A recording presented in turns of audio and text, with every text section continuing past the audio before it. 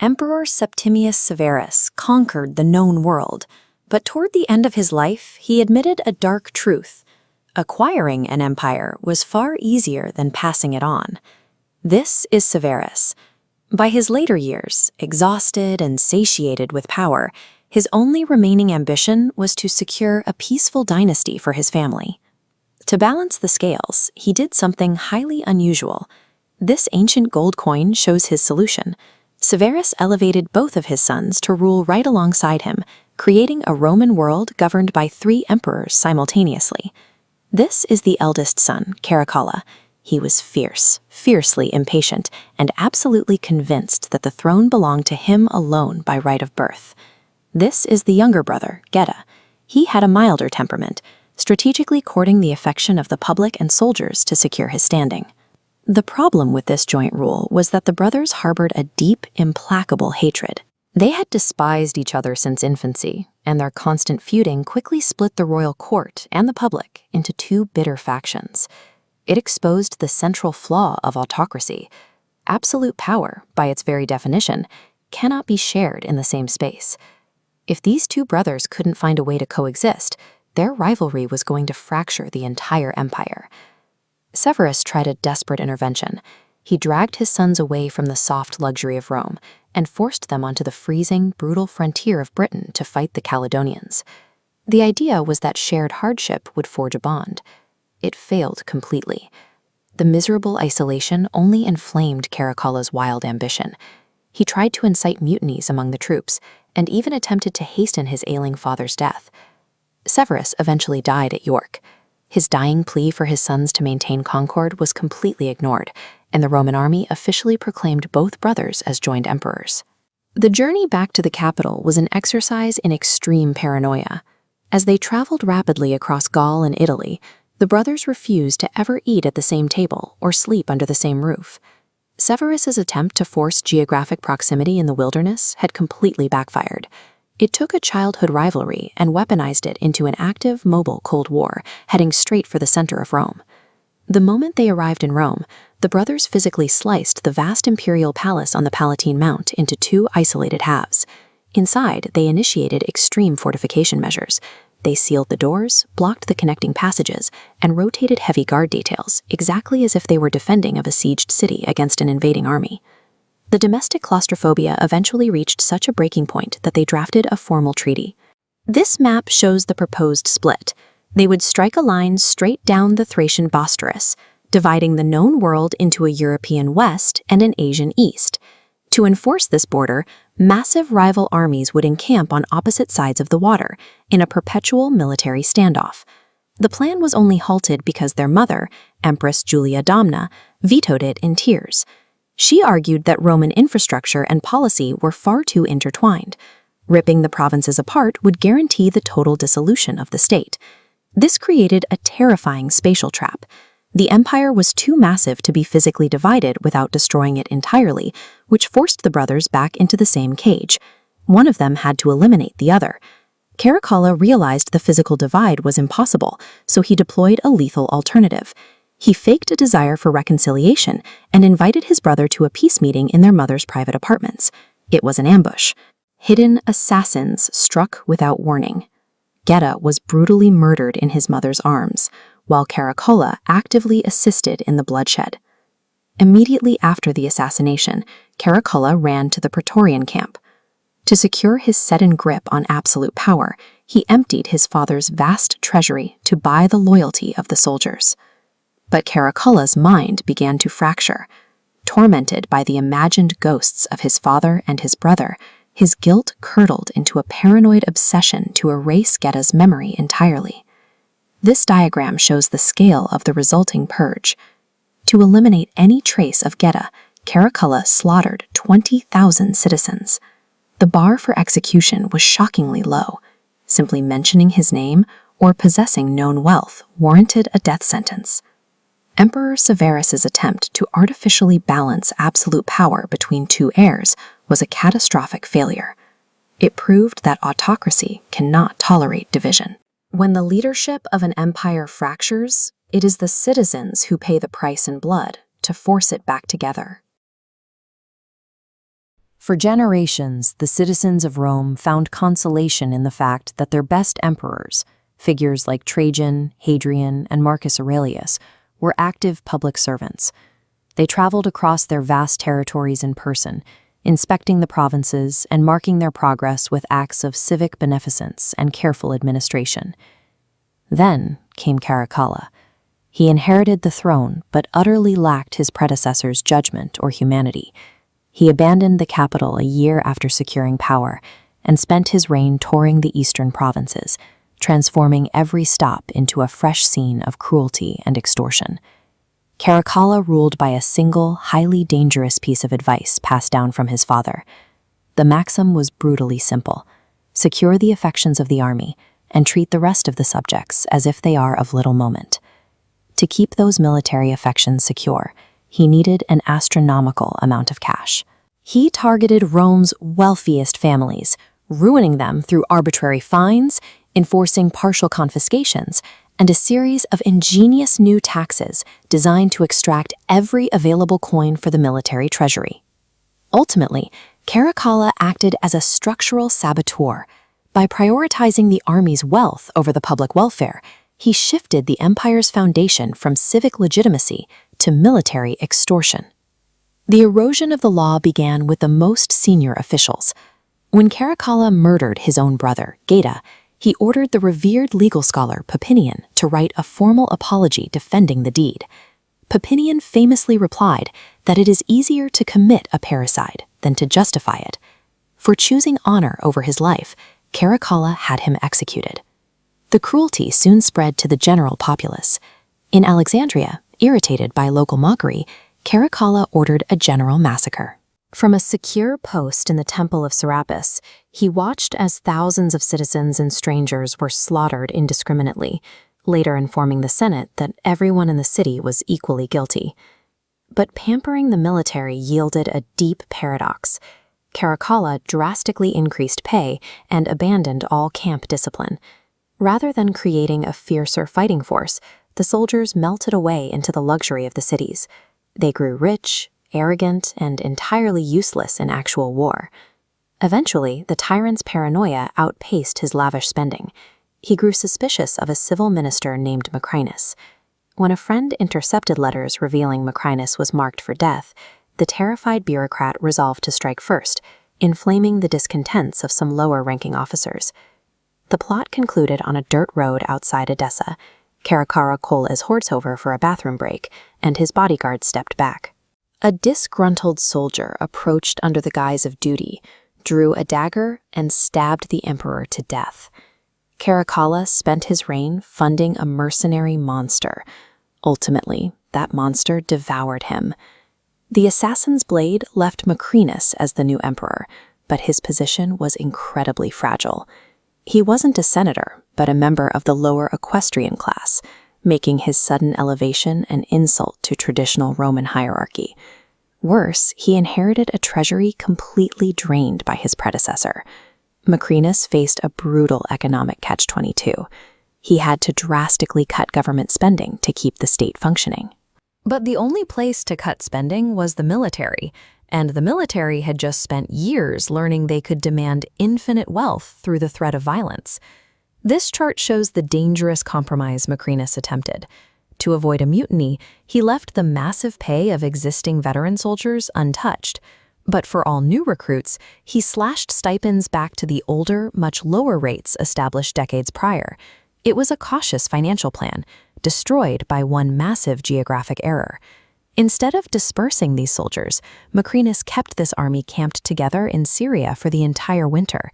The veterans saw the cuts as a threat to their future, while the recruits resented doing the same labor for a fraction of the pay. The soldiers sat idle, compared their paychecks, and realized they held the power.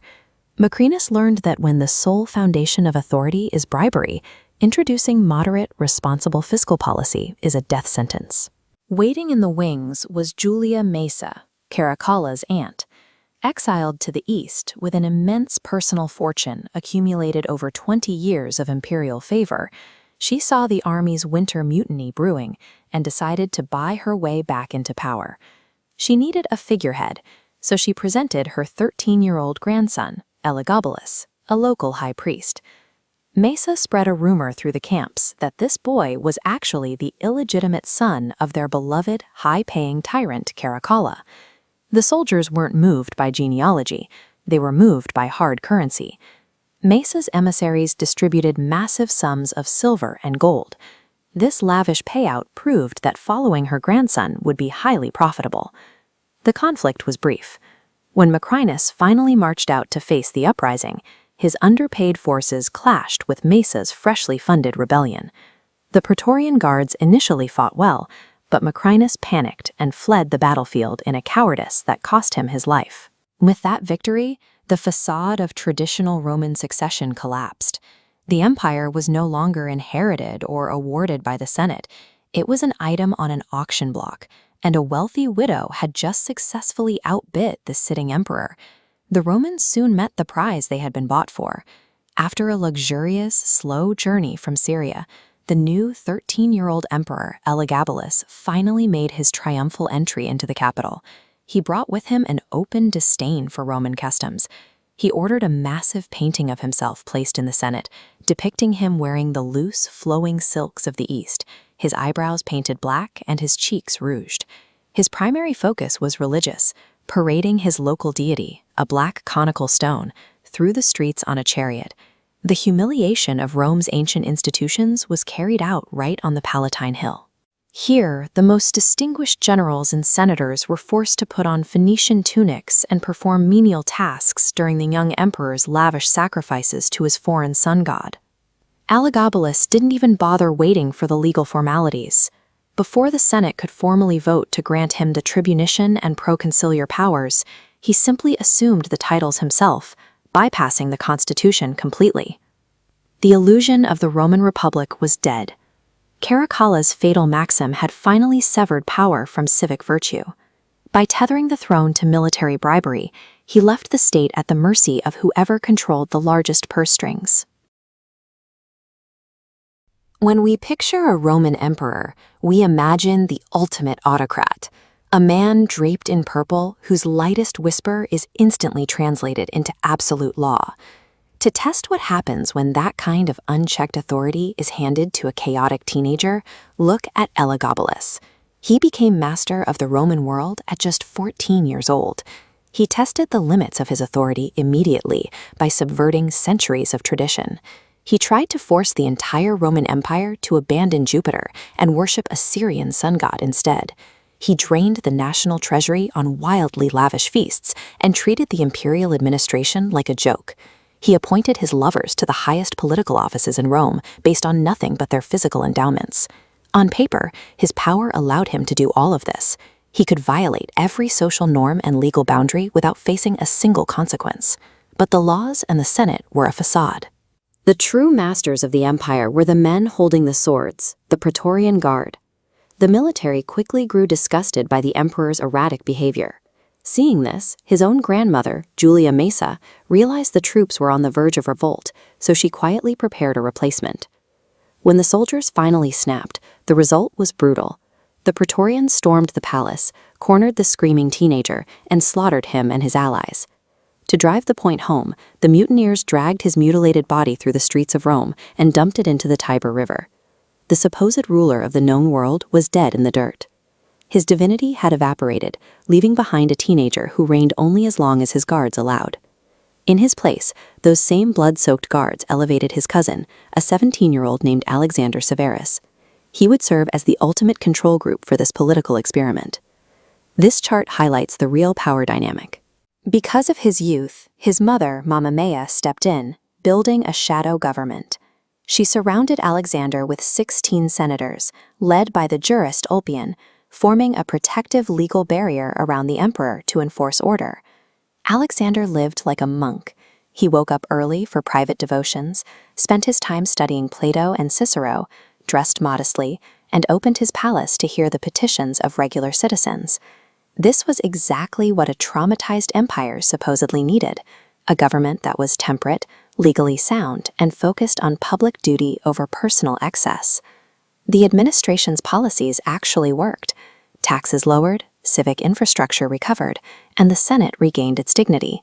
But there was a massive, systemic flaw waiting to derail the recovery. During the chaos of the previous reigns, the military had grown accustomed to immense bribes and absolutely zero discipline. Alexander tried to gently bring the soldiers to heel. He paid them well and even marched alongside them to share their physical burdens, but the troops deeply resented any attempt to control them. They specifically targeted the chief minister, Ulpian. While the public saw him as a savior of the state, the troops saw a strict lawyer trying to strip away their illicit privileges. Virtue, good governance, and the strict rule of law were completely incompatible with what the men carrying the weapons actually wanted. The tension finally snapped over a minor dispute, sparking a massive 3-day violent mutiny by the Praetorian Guard right inside the capital. The soldiers ignored the emperor completely. They scoured the city hunting specifically for Ulpian, determined to eliminate the man who dared to enforce the law against them. Ulpian fled deep into the imperial palace, hoping the sheer majesty of the throne room would stop the mob. But the mutinous troops burst in and cornered him. In a desperate final move, Emperor Alexander threw his own purple imperial robes over his friend to shield him. The soldiers simply hacked Ulpian to death, right at the emperor's feet. The legal power of those robes meant absolutely nothing against cold steel. The illusion of imperial authority evaporated in an instant. The man who supposedly ruled the known world couldn't even arrest the people who murdered his best friend in his own house. This map tracks Alexander's humiliating compromise. He secretly promoted the leader of the mutiny to a distant governorship in Egypt, and then to Crete, just so he could safely execute him years later when the troops had forgotten him. The threat of military violence remained so pervasive that loyal magistrates and famous historians had to quietly flee Rome just to survive. Look at this silver coin. It bears the face of Alexander Severus, the perfectly disciplined monk. He replaced Elagabalus, the chaotic monster, yet both found themselves entirely at the mercy of their soldiers. The individual on the throne and the laws they passed had become irrelevant. The military now owned the state, creating a systemic rot where whoever held the monopoly on violence truly ruled the world. In the ancient city of Antioch, the Roman Emperor Alexander Severus stood before his own army. His legions had mutinied, and thousands of heavily armed soldiers were brandishing their weapons, demanding his blood. The emperor didn't draw a sword or order his guards to attack. Instead, he stepped up to the tribunal and quelled the massive riot using exactly one word. He called them citizens. Instantly, the enraged soldiers were filled with shame. They dropped their weapons, yielded their military ensigns, and quietly dispersed to the local inns. For centuries, Roman citizen was one of the most prestigious titles in the known world. It granted legal protections, social status, and immense political power. So how did calling a soldier a citizen become a devastating insult? To understand this paradox, we have to look away from the battlefield and look at the empire's treasury. Earlier emperors had weaponized the concept of citizenship, turning a badge of honor into an inescapable financial trap. During Rome's early centuries of expansion, native Roman citizens actually lived completely tax-free. This pile of ancient gold coins represents the engine of early Rome. The Republic maintained its vast army and navy using the plundered wealth of conquered nations and provinces.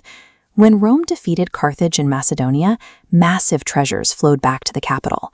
In provinces like Spain, they excavated entire mountains to extract tens of thousands of pounds of gold and silver every single year.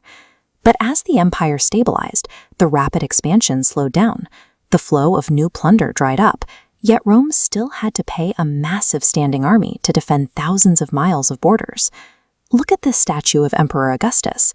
When he took power, he realized the old system was bankrupting the state.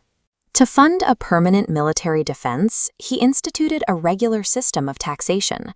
Augustus introduced a moderate 1% excise tax on goods sold in markets.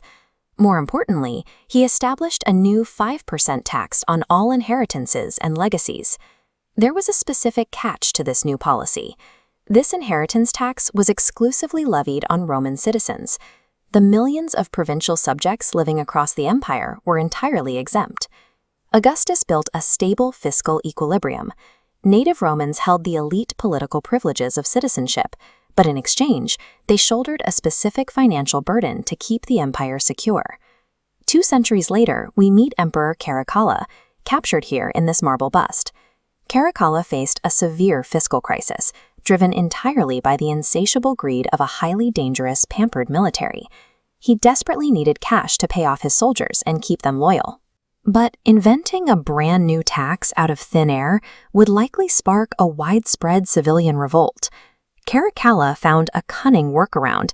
He issued a sweeping edict that granted the prestigious title of Roman citizen to all free inhabitants across the entire Roman world. This looked like a massive expansion of human rights, but look at how the math actually worked. Before the edict, subjects paid one standard tribute. By elevating everyone to citizen status, they became legally liable for Augustus's inheritance and excise taxes. Caracalla refused to repeal the old tributes, forcing new citizens to pay both simultaneously. To extract even more wealth, he then doubled the citizen inheritance tax rate, raising it from 5% to 10%. Caracalla disguised a predatory tax scam as a gift of equality. He transformed the entire population of the empire into an optimized financial engine designed exclusively to feed his soldiers. The immediate result was that the title of Roman citizen lost all of its prestige and exclusivity. It was no longer a badge of honor, it became a dreaded financial liability. This caused a massive societal rupture. To protect their remaining wealth and status, the educated, polished classes of Rome abandoned the military entirely. These elites retreated to the internal provinces to work exclusively as lawyers, bureaucrats, and magistrates. The traditional Roman tie between civil service and military duty was completely severed. Look closely at the heavily armed ranks carved into this stone relief. With the elites gone, the rough, uneducated peasants and barbarians from the outer frontiers took over the legions. This demographic shift created a highly dangerous dynamic. The new army had no education in Roman civil law and no concept of civic duty. Their only loyalty was to their camp and to the paymasters who funded them. Which brings us back to Emperor Alexander Severus in Antioch. These frontier soldiers no longer saw themselves as citizens. They viewed themselves as a superior, separate martial class. Calling them citizens stripped them of that identity and grouped them with the civilians they despised. By treating citizenship purely as a tool for tax extraction, Rome accidentally birthed an alienated mercenary army. These same legions would eventually turn their weapons against the emperors, dragging the empire into a long, violent decline.